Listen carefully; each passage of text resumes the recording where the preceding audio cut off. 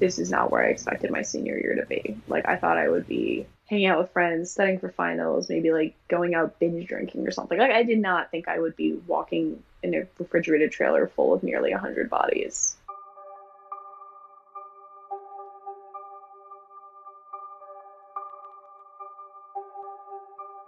This is truck number 1. This truck is a nightmare. We try our best to make sure that no bodies go in there. Unfortunately, we're often at a last resort.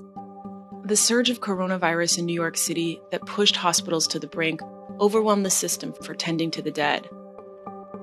At the pandemic's peak, a New Yorker was dying almost every 2 minutes.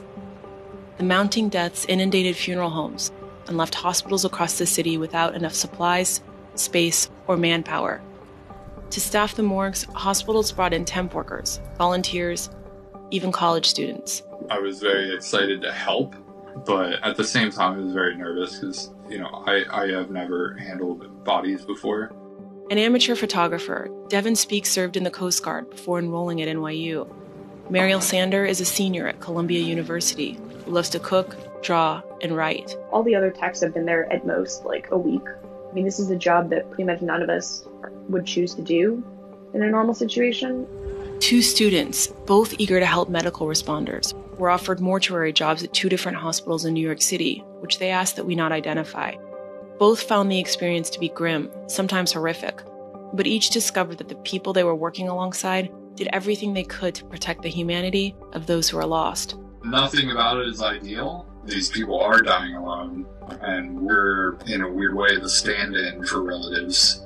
It's not just about preservation of life, it's about respect for life, and I think that includes the body and the dead as well.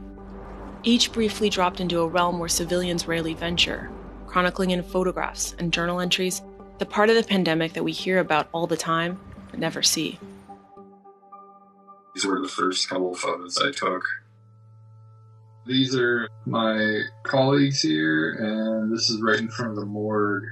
We're getting ready to go in. On the first day, it's really overwhelming. I get there, I meet my supervisor, and she's this really sweet woman, but on the door there's this piece of paper, and it says, like, RIP to whoever, and I find out it's one of our colleagues in the management office who passed away the previous week from COVID. That was immediately kind of a reality check. This is, like, as soon as you walk into the main morgue, it's gurney to gurney to gurney. You cannot walk in because the entire walk-in fridge is packed. You can see it's just Tetris in there. So the normal capacity of the morgue is like 13 to 15 people. When I got there, it was 88. We have around 200 now. I have photos of us having to literally get up on gurneys and walk across gurneys because they're just wall to wall. It has gotten to the point sometimes too where we have to fit 2 bodies on one stretcher, and that's when the dropping bodies thing happened my first day. I was working with a tech who had started the week before. We were moving a body and he kept telling me to do things I didn't know how to do yet, and the body slipped and fell face first on the ground. There was just like this awful sound, and the body bag broke and it started leaking fluid. And I was just like, oh my God, what's happening? I'm not qualified for this. It's just a logistical nightmare. I think everyone's trying to do their best. I wouldn't blame anyone, really. Our supervisor came up and made it super clear this is not the norm, this is not what should be happening. For the most part, like, people really do treat the bodies with a lot of respect. But I guess it definitely made clear how rushed everything has been. That narrow hallway back there is where we lined gurneys up. We would transfer as many bodies as we could out of the morgue to make more space. This is the loading dock right to the left. We're transferring these bodies into the trucks. This is the most problematic of the trucks. It has no shelving, unlike the other 2 trucks. The air conditioning in this truck is a joke, and this truck is always smelled.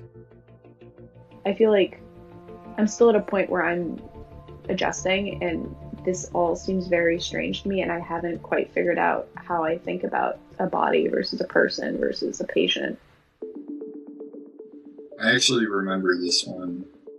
This body is wrapped up in a sheet. The feet there are just taped up in a garbage bag. We ran out of body bags, at least the durable ones. Half the bags are torn.